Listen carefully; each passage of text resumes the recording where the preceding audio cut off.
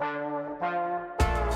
good morning. I'm Patricia Murphy. It's Friday. This is Seattle Now. It's the start of the holiday season, and we're revisiting some of this year's notable episodes. Today, we'll hear how the local band Rub had a special opportunity to play at Seattle's Neptune Theatre. Earning a living as a musician can be challenging, and there's a lot to it. Besides making music, you need to sell T-shirts, posters, and vinyl. You also need to be active on social media and streaming services, not to mention going out on tour. It's so depressing. But, I mean, you gotta play the game, I guess. That is Kay Redden. She founded the local record label Den Tapes, which makes physical cassettes for Seattle bands. She also books bands at the Sunset Tavern in Ballard, manages Sonic Boom Records, and is a musician herself. My only advice is just to make cloth goods because the profit margin on cloth goods is really good. Make T-shirts. You'll make so much money. For some bands, breaking even is a measure of success. Local nonprofit Seattle Theater Group and Sonic Guild's Seattle chapter are trying something new to help ease the financial burden with the new Live at the Neptune grant, a way to give a band a kind of all-inclusive package for a night. And that means all-inclusive. STG is waiving its usual venue fees, not taking a cut of merch sales, and recording the live performance and pressing it onto vinyl, free of charge. STG Marketing Director Susanna Lang says the idea to print vinyl is a reflection of the current state of the arts economy. Physical media is one of the best ways for artists to make money nowadays. So we wanted to invest in that. It's to completely remove that cost barrier and really just open up our venue to local musicians. Lang says the 1,000-person capacity Neptune isn't normally a place where local bands play, so the Live at the Neptune grant is a great way for STG to open its doors to the local scene. And a lot of bands took interest. Lang says more than 140 bands applied, and the Seattle chapter of Sonic Guild, which is devoted to uplifting local music, judged each submission on criteria like artistic merit, creativity, and musicianship. The first grant recipient, the band Rub, is a 6-piece band that blends synth pop with rock and soul. But they're not just musicians. They all have day jobs. But on a Friday night in September, they got their shot to put on a show and record an album at the Neptune. Seattle Now caught up with 3 of the band members a few days before the show. Hey guys, how's it going? Thanks for having us. Thanks. Really appreciate it. Really appreciate it. All right, there's more than 1 or 2 of you here, so let's go around the room. You are Rub. Tell me your name and what instrument you play. We'll start here. Trish, my name is Robbie, and I play guitar. My name is Sean, and I play bass. Okay. And my name is Princella, and I sing lead. Live kit drummer, we have Bob Husak. We also have a auxiliary percussion drummer and singer named Taryn Dorsey. Then we also have a keyboard player, Adrian Kerr. Let's introduce listeners a little bit to the band. What should they understand about Rub? I mean, really, we love music. We are a 6-piece band, and we all have different influences, so we're just trying to bring it together and have a good time.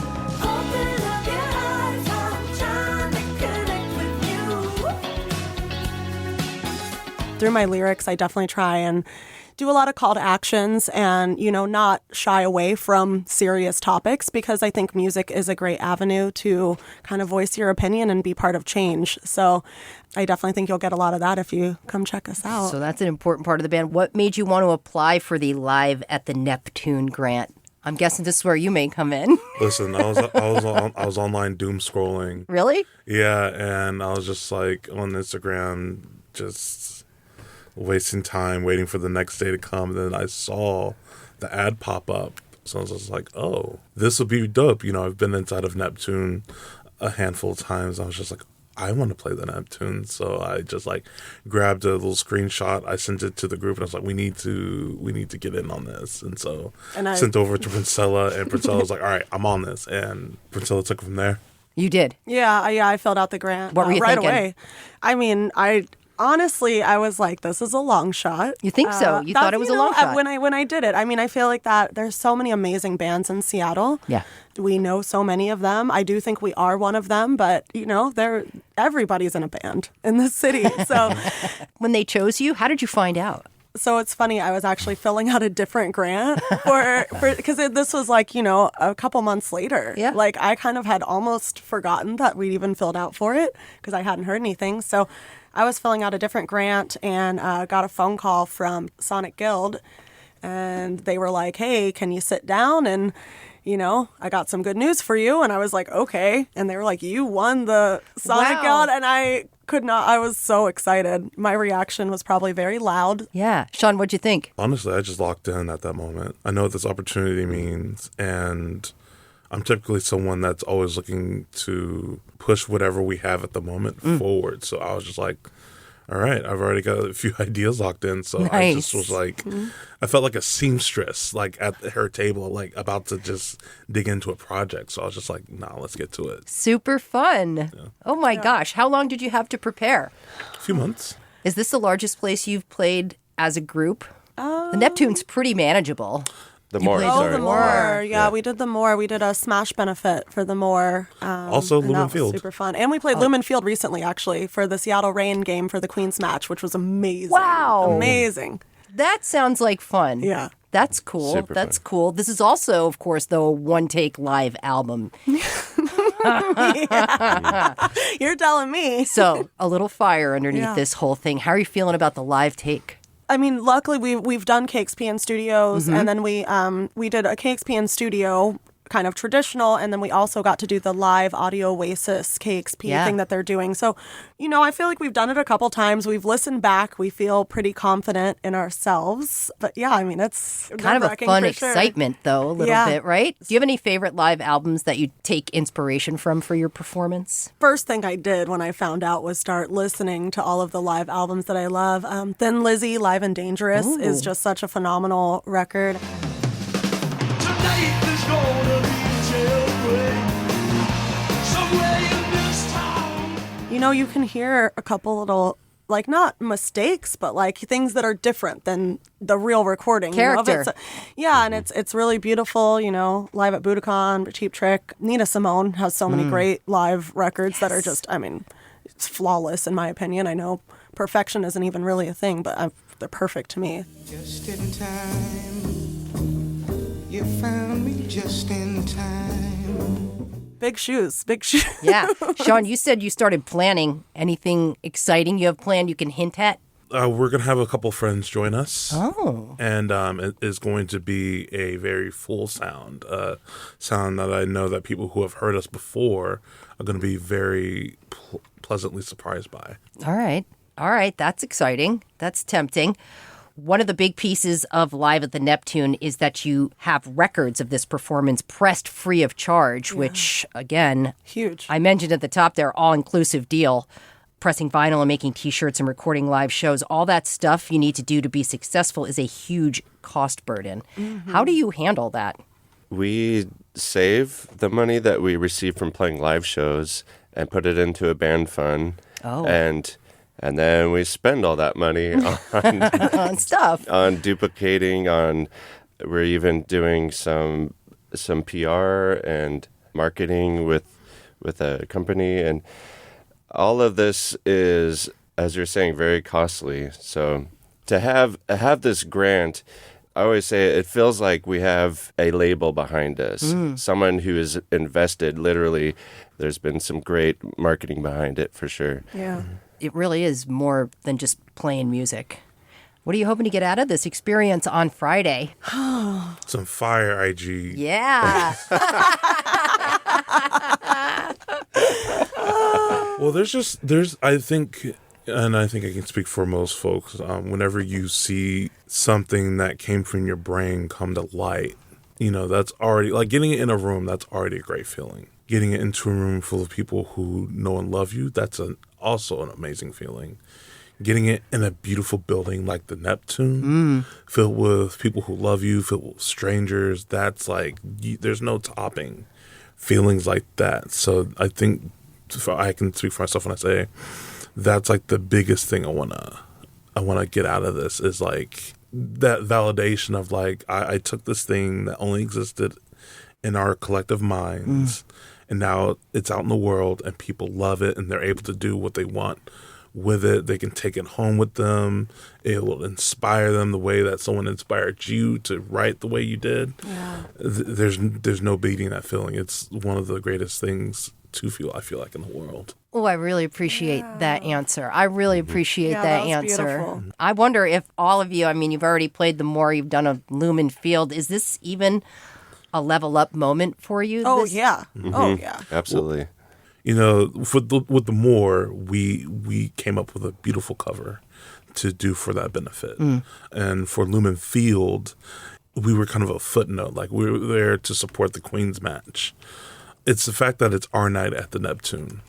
We're the subject of the night. So the fact that we don't got to share that with any kind of outside entity feels amazing. The fact that it's just going to be like, hey, we're going to do our best, and it's just going to be a showcase for us. And that's something that I've been desperate for since playing those shows. It's like, you know, you get into Lumen Field, it's like, all right, this is cool, but it's like, your little side attraction. And that's the thing is I get tired of this band being treated as a side attraction when we deserve center stage. I like that. Yeah. Yeah. So this is your moment. This is your moment to shine. And you're owning the whole thing. You're owning the whole thing. And you're going to press a record. We're going to press a record. It's So going to live on exciting. forever, and that's beautiful. Like, Yeah. you know, we've paid, back to money, we've paid to press our own records. Our first album, Yeah. you know, we did a vinyl release at Easy Street, and we paid for those pressings. And so it's expensive, right? Like, you know, trying to recoup that money back and also to get more is just, it's hard. It's hard. Do you mind sharing how much it costs to press a record these days?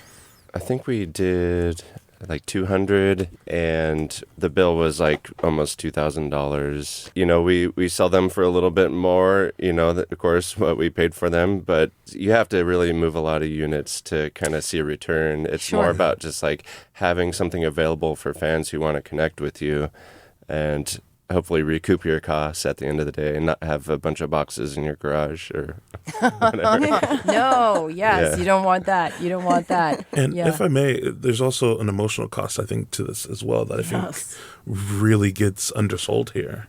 Because I feel like a lot of times, you know, we do this because we love it. And there's no better feeling than being able to do something you love. But I feel like at the same time, there's an emotional, like, you know, like, damn, this is a lot to undertake, you know, especially since we're mainly independent. We don't have a whole lot of folks to lean on financially. So we're making a lot of sacrifices collectively as a group and also individually that, you know, your normal day-to-day 9-to-5 person is not going to have to make. Yeah. You know? And I would imagine that's why a lot of bands don't make it. Yeah. It's because they don't have the cohesiveness or the vision. Dedication, Yeah, for I mean, sure. the three of us, I mean, we literally move our lives around to be able to do this. And we've had to say no to a lot of amazing things that we wanted to do in our personal lives because, hey, we have a show or we have to practice and this is the time that we can all get together. So, Yeah. and we're all willing to sacrifice, you know, because we love it so much. But it's hard and it's stressful and taking all that on it's quite, you know, taxing. But Yeah.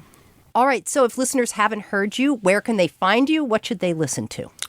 So you can go directly to our website at rubsounds.com. Also find us on Instagram and all social media platforms under Rub Sounds as well. We didn't want to go with Rub Band, so we picked I Rub get it. Sounds. And then also, if you are looking for songs, Contentment is probably one of our biggest hits. Stand up, don't you walk away.